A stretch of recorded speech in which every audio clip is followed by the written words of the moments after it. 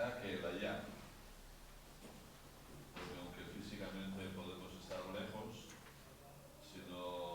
sin embargo se nota una sintonía, una presencia que no es física, pero es una presencia interior y que ciertamente el murmullo del corazón pues puede pasar. Y comenzamos como siempre la introducción de Babel. Hola, buenas tardes. Hay un dicho que dice, cada maestrillo tiene su librillo.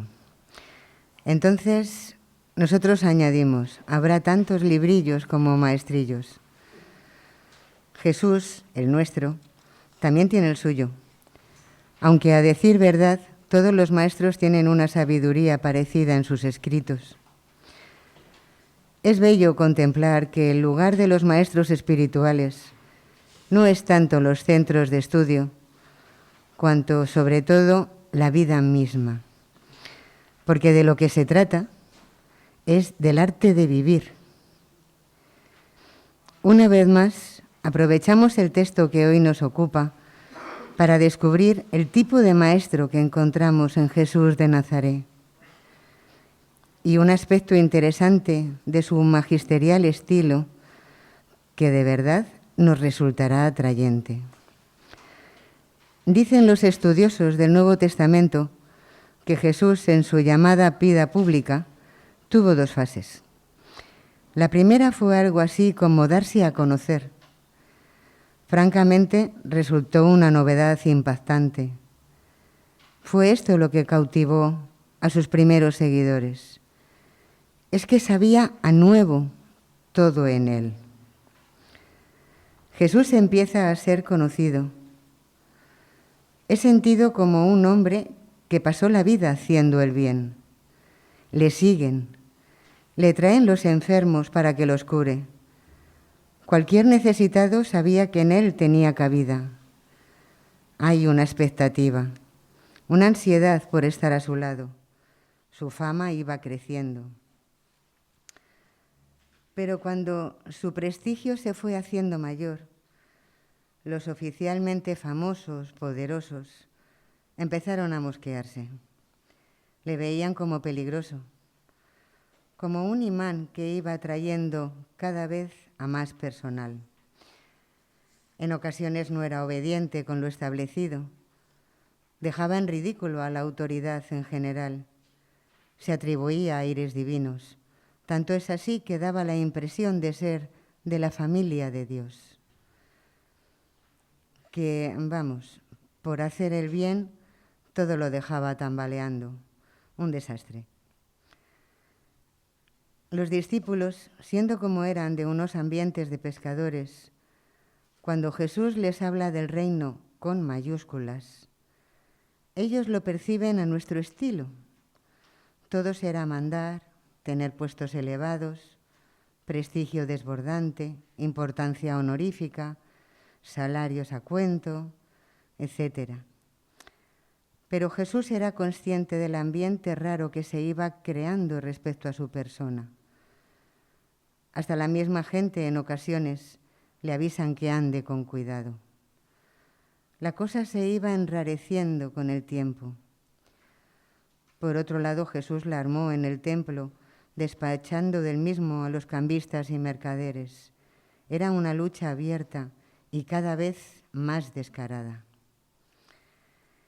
En una situación así, en la que la realidad que reflejaba era una situación de fracaso total, y por otro lado, donde se pensaba en un futuro inmediato de gloria, Jesús se dedicó al grupo de los 12 para hacerles ver que la cosa no iba a ser como ellos creían. Pero también tenía que ayudarles a intuir que en medio de todo era por ahí, por donde tenían que pasar para llevar a cabo el proyecto de Dios. El maestro siente la necesidad de que sus discípulos profundicen en su interior. descubran la vida nueva que está presente en todo lo que Jesús hace y dice. Sobre todo que lo vean como algo que responde al deseo del Padre.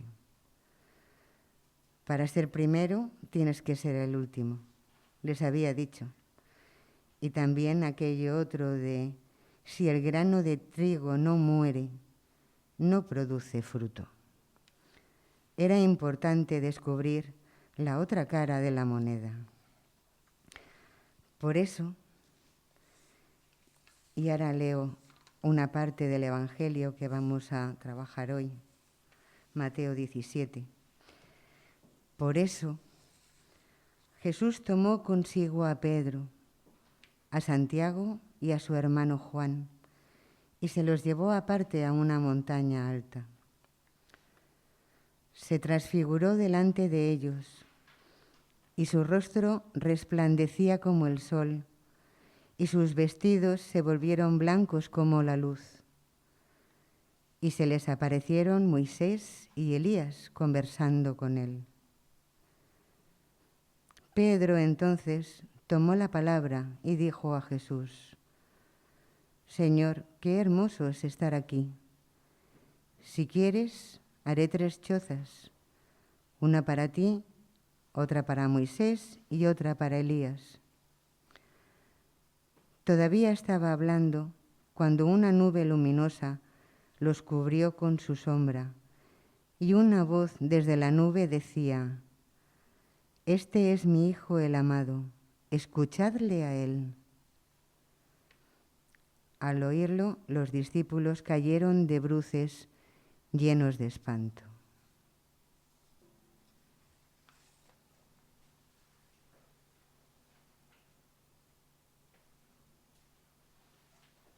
Nosotros, en nuestro estilo de vida,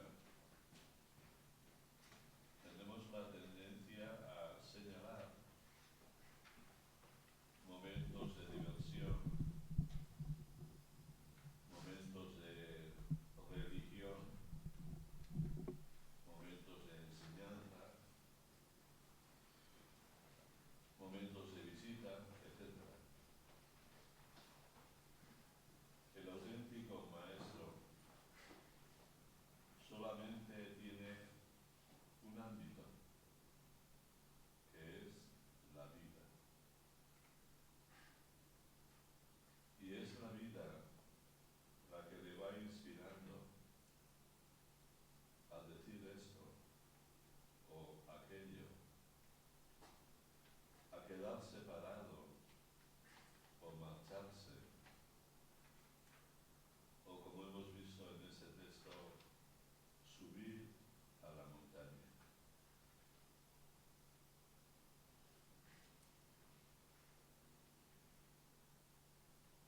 Si alguien es consciente del camino y de lo que el camino supone o lleva consigo, es fundamentalmente el maestro.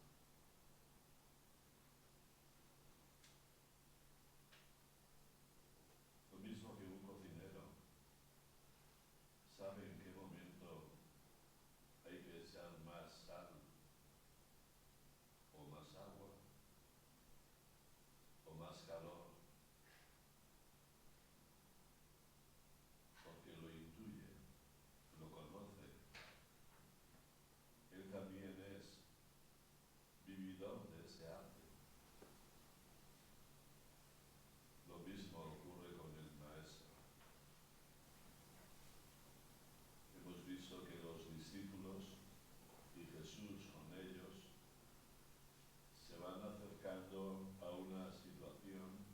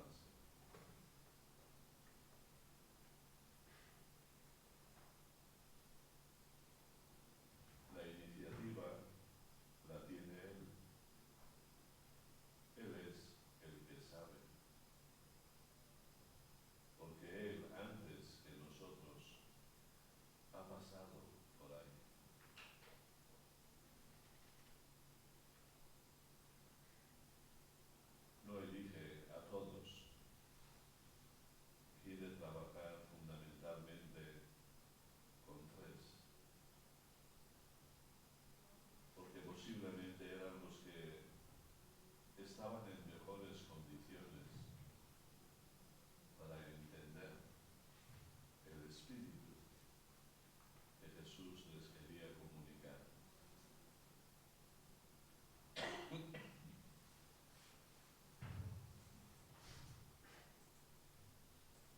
Y también Jesús les ha podido elegir a estos tres porque ha visto en ellos como una manera de ser que podía ayudar también al resto, porque tenía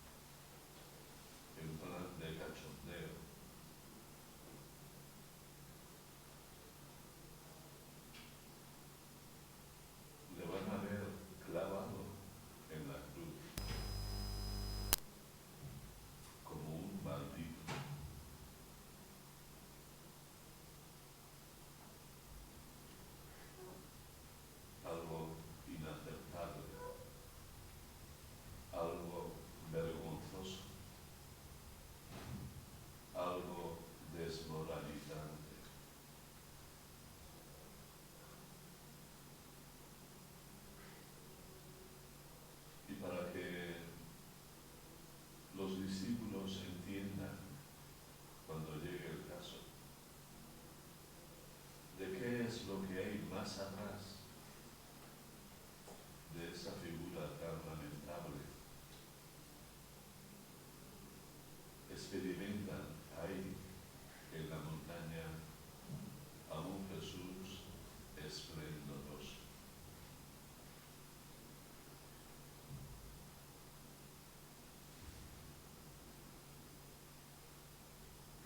Unas vestiduras blancas,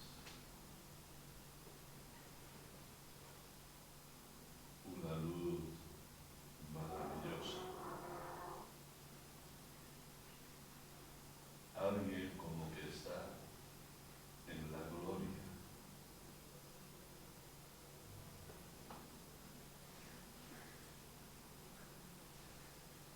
Y Dios concede a los discípulos vivir esta experiencia para que cuando llegue el momento duro, difícil, recuerden lo que han visto en el monte.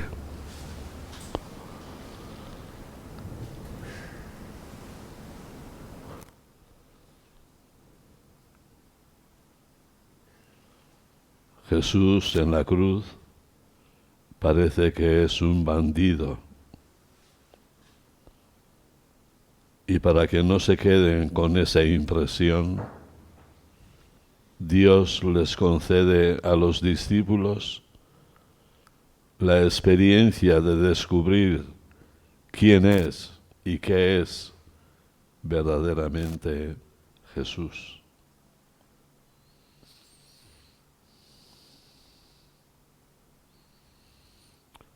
Aparentemente fracasado, pero en el fondo victorioso.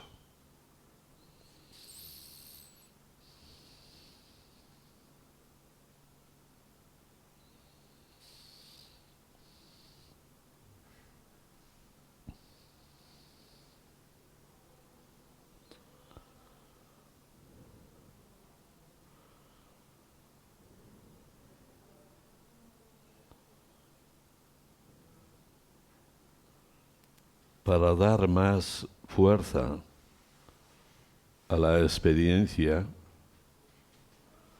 no solamente ven a Jesús, sino también a Moisés y Elías,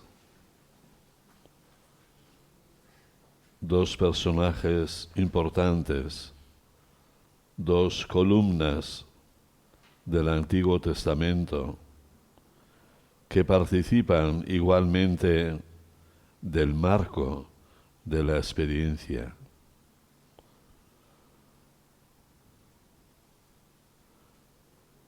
No está solo Jesús, está también la tradición.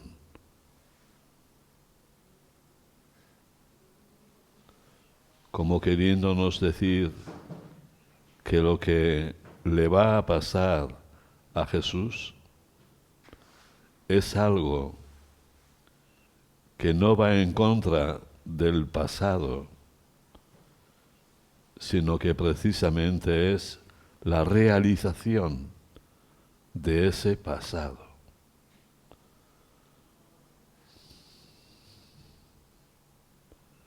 Es decir, Jesús está en comunión en su vida, está en comunión con toda la tradición.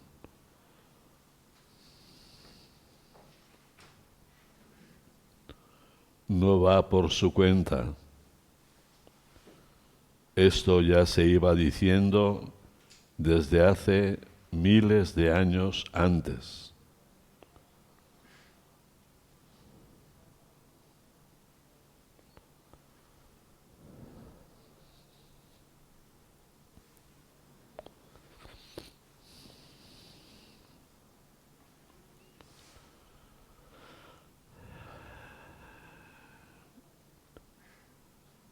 Nos podemos imaginar la sorpresa,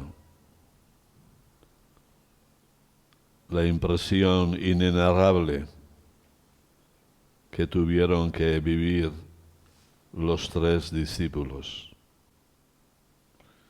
quién les iba a decir que iban a ver por fin al verdadero Jesús.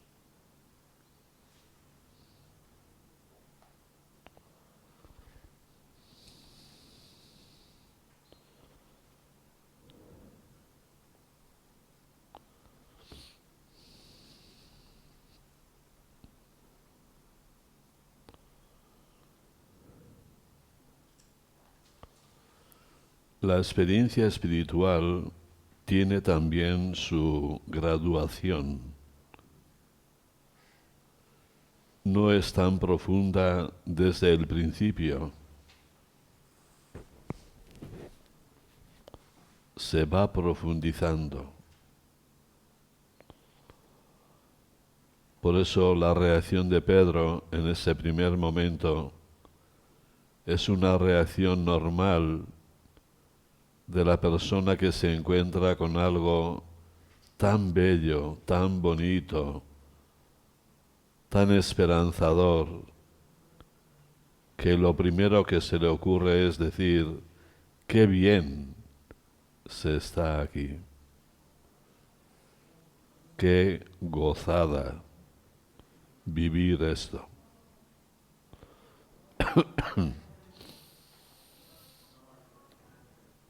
Incluso está dispuesto a instalar 3 tiendas, una para Jesús, otra para Moisés y otra para Elías.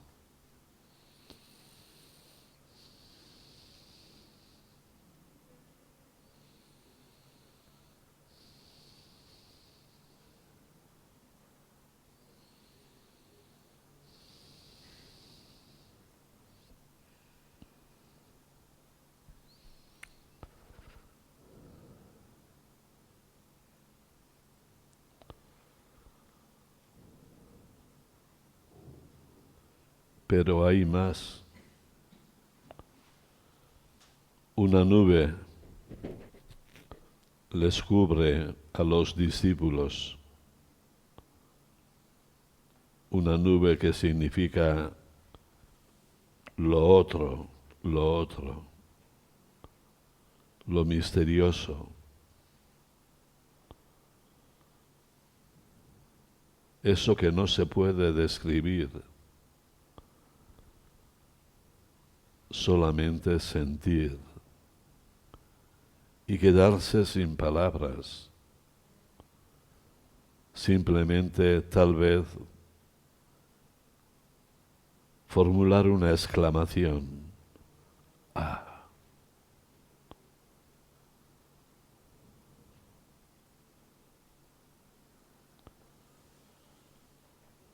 Y en ese ambiente de misterio se oye una voz.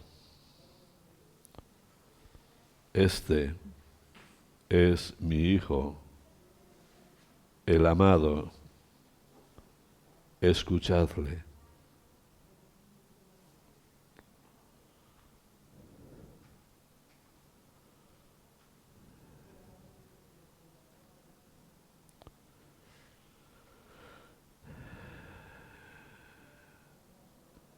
No se ve al que lo dice, porque es la voz auténtica del Padre,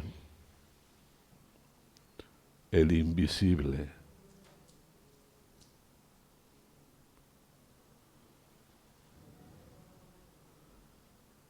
Es algo así como la confirmación de parte de Dios de la autenticidad de aquel hombre que dentro de poco va a ser tratado como un malhechor.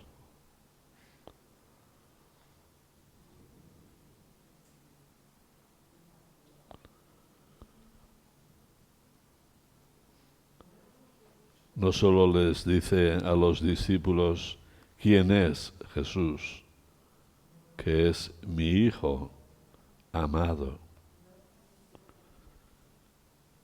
sino también les comunica cuál tendría que ser su actitud en todo momento, también cuando esté clavado en la cruz.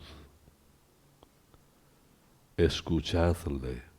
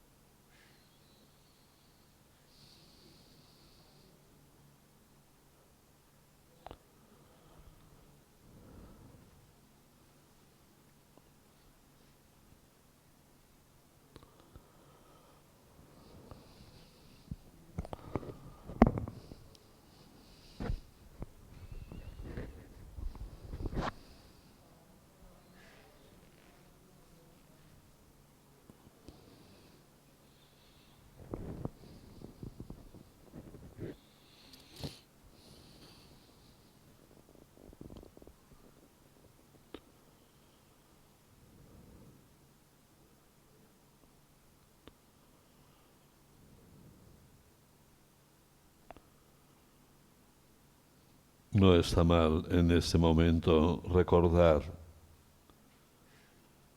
que la experiencia espiritual no es algo automático, sino algo que va entrando en el corazón de los que la tienen.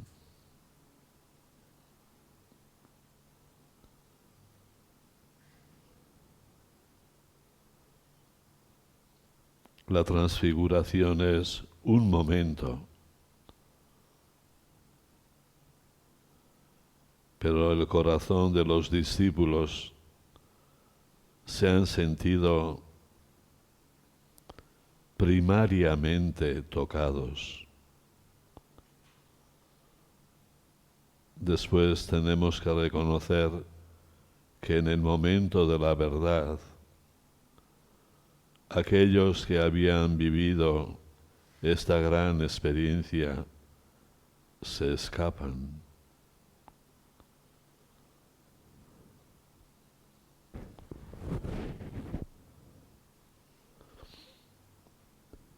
Pero el Maestro les ha propuesto un auténtico aprendizaje.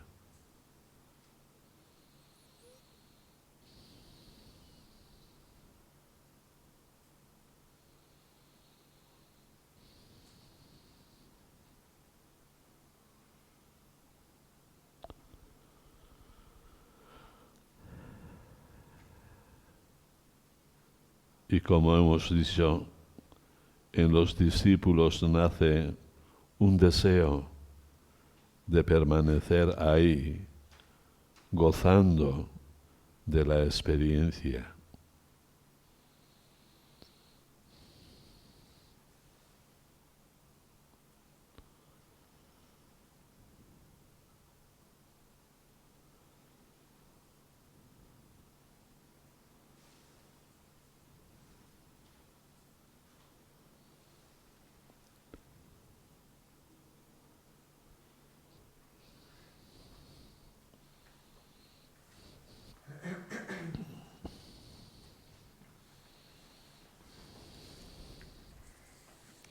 Y seguimos con el Evangelio. Jesús se acercó y tocándolos les dijo: levantaos, no temáis. Al alzar los ojos no vieron a nadie más que a Jesús solo.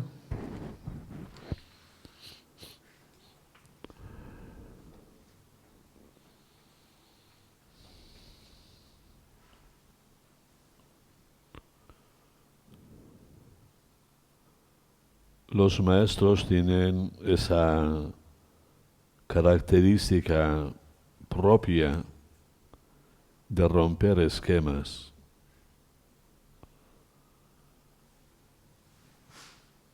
Y a veces incluso de desilusionar a los discípulos en vista siempre a ser capaces de leer la realidad.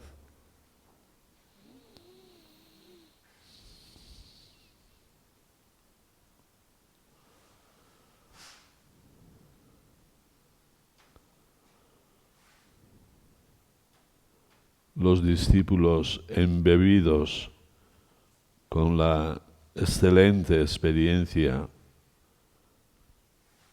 son tocados por Jesús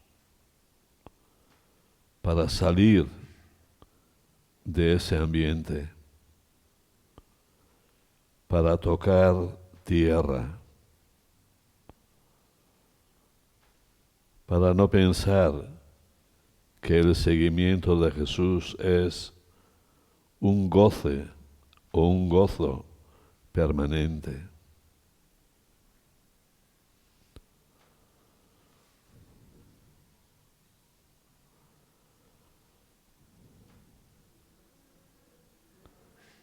Es bonito que Jesús les toca, tiene un contacto con sus cuerpos, les zarandea un poco para que despierten a la vida normal.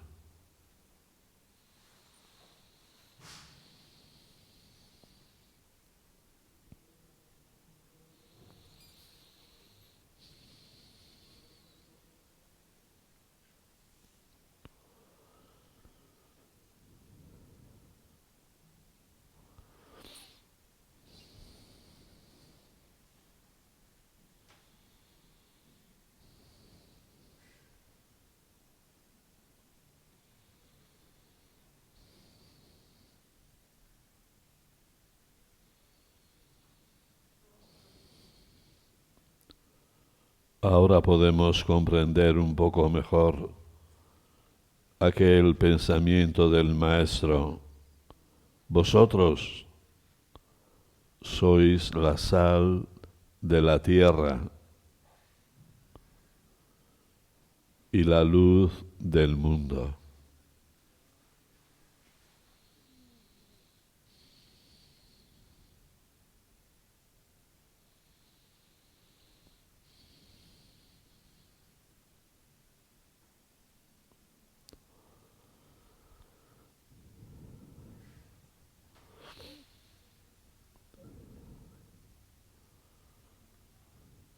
Si me seguís,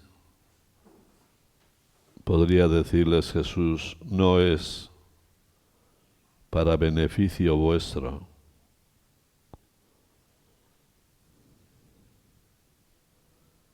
Si me seguís, es para que aprendáis y os animéis a tomar la cruz y seguirme.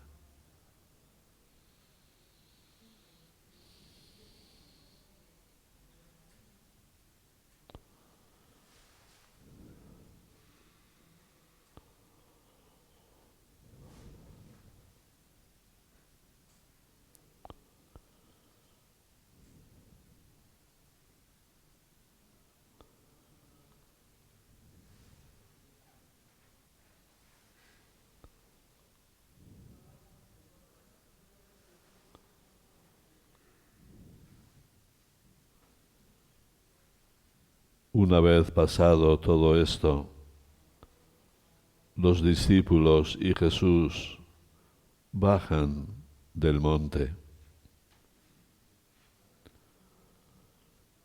La gente estaba en el llano esperándoles.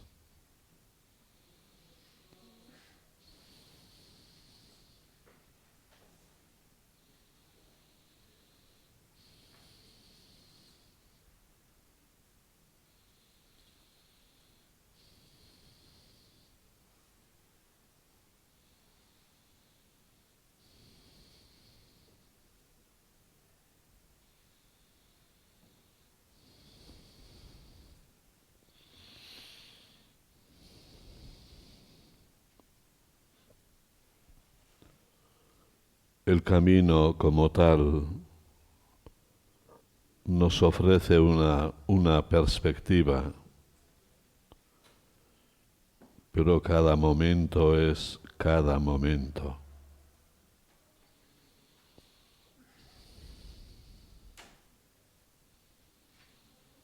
Y el maestro lo sabe aprovechar.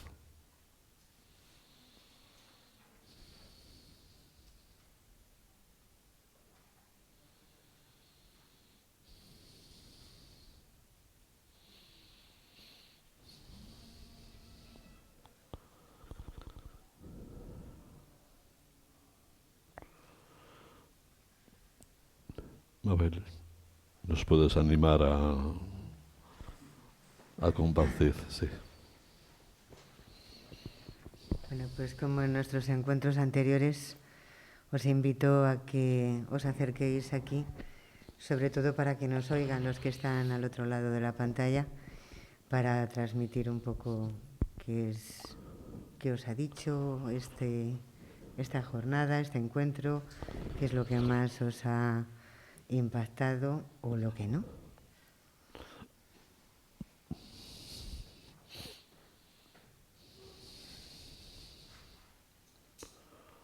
Igual podría estar bien también que podamos decir si es que hemos vivido alguna vez algo si en alguna ocasión, ¿no? También nosotros nos hemos sentido invitados o a subir a la montaña, o a ir a un cursillo, o a leer un libro, o lo que sea. Y resulta que esa oferta realmente ha sido como una pequeña transformación para nosotros, ¿no?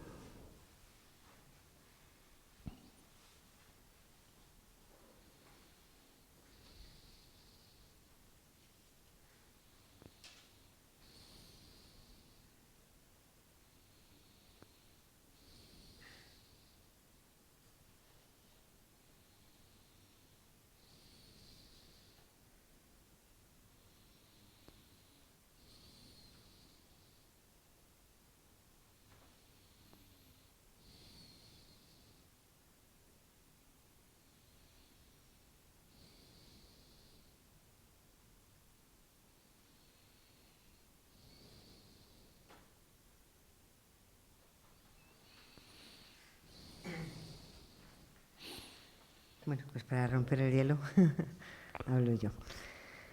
A mí me ha llamado la atención por varias cosas, pero bueno, por un lado, lo importante que puede ser en la vida para conseguir una vida plena, en ese arte de vivir, en la necesidad de subir a ese monte y tener esas experiencias para enriquecer nuestra vida, es decir, de buscar en nuestra vida, en nuestro interior, el crecimiento para poder tener una vida más plena, un arte de vivir más satisfactorio. Y por otro lado, lo que también me llama la atención es el encuentro de Moisés, que representa la tradición, Moisés y Elías con Jesús, un poco como diciendo que todo cabe, que todo va en la misma línea, pero es a Jesús a quien hay que escuchar. Eso es el mensaje de las palabras de Dios, escucharle a Él. Es decir, que aunque todo confluye en Él, las palabras de Jesús son las certeras. No, si hay duda, es a Él a quien hay que escuchar. No nos podemos quedar escuchando a Moisés ni a Elías, sino a Jesús. Los demás, si nos llevan hacia Jesús, si nos llevan hacia Dios, tendrán sentido. Si no, no. El sentido está en las palabras y en los actos de Jesús.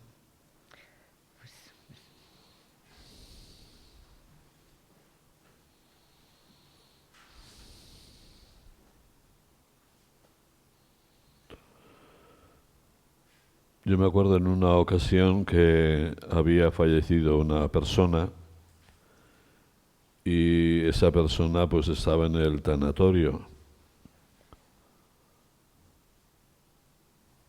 Y bueno, pues el cura del pueblo pues normalmente tiene costumbre de ir cada vez que muere alguien a visitar al muerto, ¿no? A estar con los familiares y tal.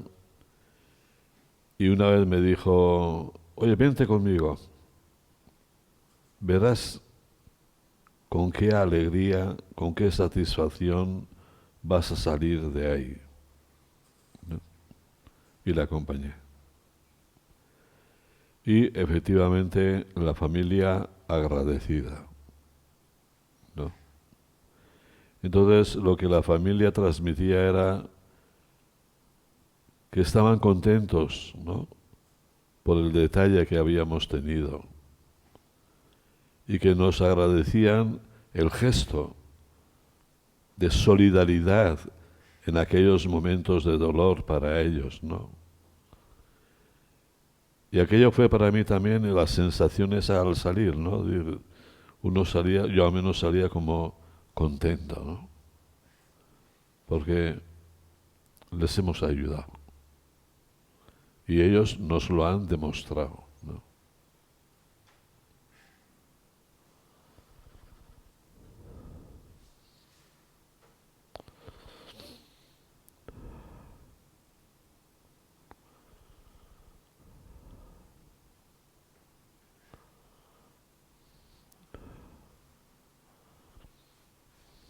Entonces, un poco digamos, el espíritu, ¿no? Del texto del Evangelio de hoy nos quiere un poco ayudar a descubrir también en nuestras vidas, ¿no? Situaciones o momentos gracias a los cuales nosotros hemos tenido un cambio o una satisfacción o un ánimo o un volver hacia otro lado o cambiar de pensamiento, ¿no? Para ver, ¿no?, que la maestría del maestro, donde de hecho se tiene que verificar, es en la vida, ¿no? El maestro no es el que da lecciones magisteriales, no. Como decía Mabel, el maestro es el que nos enseña el arte de vivir.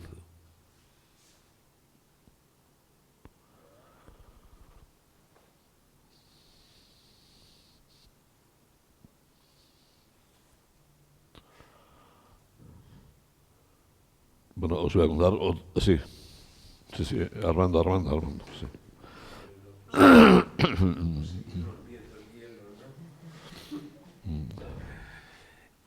Bueno, pues a mí el texto es muy bonito y aunque lo había leído bastantes veces, es curioso como en este tipo de entorno pues te inspira bastante. Y una cosa que me di cuenta es que la situación es muy parecida a la de Jesús con Juan Bautista. Es decir, de nuevo están las nubes, de nuevo los cielos se abren, de nuevo este es mi Hijo amado. Es decir, vuelve a haber la misma comunicación que con Juan Bautista, en el sentido de que esos discípulos son Juan Bautista. Es decir, están representando, digamos, el enlace entre Jesús y el pueblo. Es decir, ellos tienen que asumir ese papel, que luego ya veremos si lo asumen o no.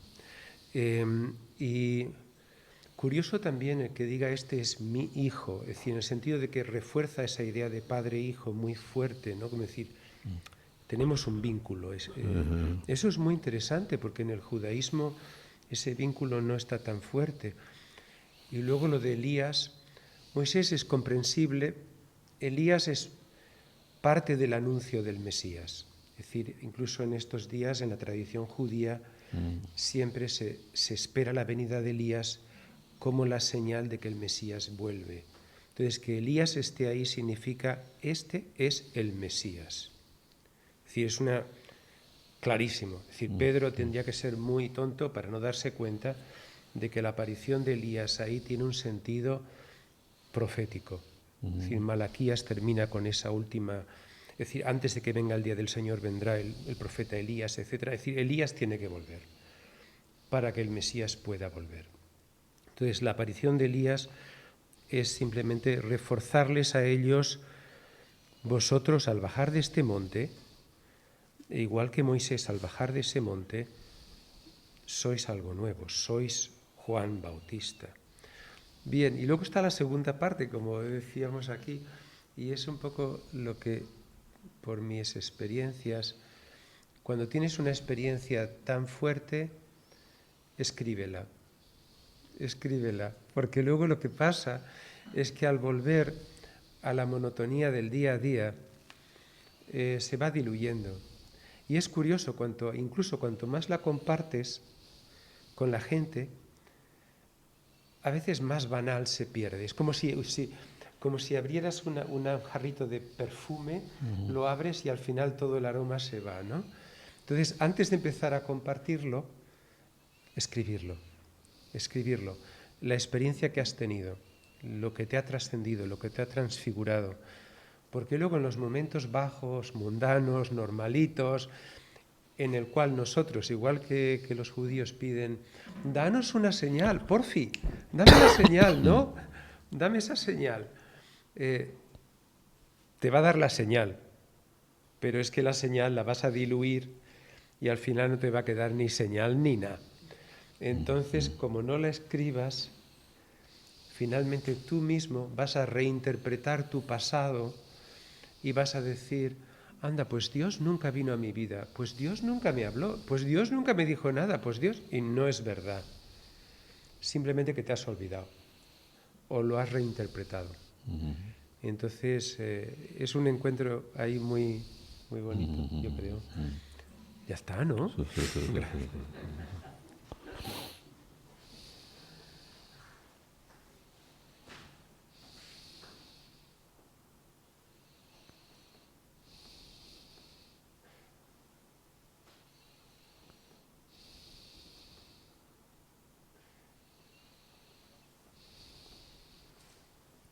El hacer memoria, estoy de acuerdo con lo que has dicho, Armando. El hacer memoria no es solo también recordar, ¿no? Sino también el hacer memoria tiene algo así como la capacidad sanadora de que si en algún momento uno está un poco desmoralizado, ¿no? El recordar algún otro momento de tu vida en la que tú te has sentido animoso, con esperanza, con ilusión, ¿no? Nos ayuda, vamos, y también Jesús pretendería esto con los discípulos. Cuando me veáis ahí en la cruz, acordaros de lo que habéis visto aquí, ¿no? Entonces, el hacer memoria es también ayudarnos a no quedarnos impactados por lo que en este momento a mí me está doliendo, sino también que yo recuerde aquel otro momento que yo me sentí feliz, ¿no? Para que no solamente carguemos en nuestro peso lo negativo, lo doloroso, la cruz, ¿no? También ha habido momentos de gloria.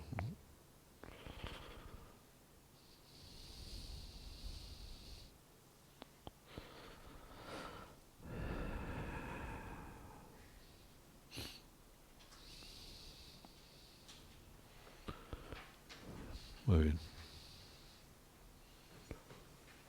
Sí, Sarrario. Ibas a decir algo. Muy bien, muy bien. Vamos a ver, voy a compartir con vosotros algo que a mí me ha impactado muchísimo, muchísimo, y que, bueno, pues es un hecho de vida, y eso que decía usted, pues el antes y el después. Pues se trata de una persona que está ahora mismo muy, muy enferma, y lleva ya así una serie de años. Entonces ha tenido un proceso de un cáncer tras otro, son 10 ahora los que tiene. Entonces está ya en fase terminal y dijeron que como mucho llegaría Navidad. De momento aquí está. Y un día, hablando mi hermana con ella, pues que era precisamente el cumpleaños de esta persona, pues le dijo, bueno, pues eso, han convivido muy intensamente y una amistad muy intensa a lo largo del tiempo. Y le dijo, dice, yo, Josefina, dirigiéndose a mi hermana, yo ya no tengo fe. Y se quedó mi hermana así como diciendo, a ver por dónde va. Y entonces dice, yo ya no tengo fe, porque le tengo a él tan cerca, tan dentro, y me queda tan poco para ya tenerle para siempre, que ya no necesito el otro. Entonces eso a mí me pareció, tiene 68 años, a mí me pareció tan fuera de lo que mi capacidad podía entender, pero que llegara al final de la vida diciendo eso, qué transformación, qué profundidad, qué identificación con algo que para ella pues ha sido fundamental en su vida, después además o dentro de todavía en un proceso pues de mucho sufrimiento, y en el cual ella ha estado y está consciente en todo momento de lo que queda. Tanto es que en un momento, en una de las últimas consultas, le estaban poniendo quimio y el médico había dicho que eran 6 meses. Esos 6 meses se cumplirían ahora por Navidad. Y entonces, al ir a esa revisión, pues le dijo que la quimio no había funcionado como él esperaba. Entonces le dijo ella, esto quiere decir que en lugar de 6 meses me quedará menos. Y dice, pues es posible. Dice, es que necesito saberlo. Necesito saber más o menos cuánto menos me queda, porque no quiero, vive con un hermano, dice, no quiero dejarle tarea a mi hermano y estoy vaciando todas mis cosas para irlas dando para que a él no le quede esa tarea. A mí me impactó y me sigue impactando cuando pienso en ello un montón. Fíjate lo diferente que es Pedro pensando en sí, qué bien estamos aquí, ¿no? Y tu amiga Sagrario pensando en el hermano, ¿no? Aprovechando este tiempo que queda para aligerarle, pues, los trabajos que le pueden venir al hombre, ¿no?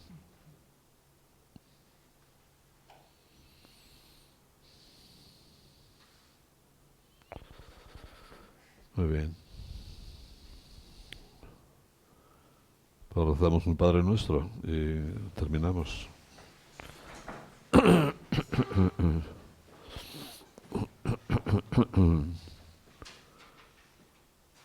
Padre nuestro que estás en el cielo, santificado sea tu nombre, venga a nosotros tu reino, hágase tu voluntad en la tierra como en el cielo.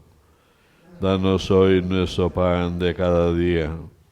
Perdona nuestras ofensas, como también nosotros perdonamos a los que nos ofenden. No nos dejes caer en la tentación y líbranos del mal. Amén. Muy bien. Pues muchísimas gracias a los que estamos aquí. Gracias también a vosotros que estáis por ahí. Y hasta el año que viene.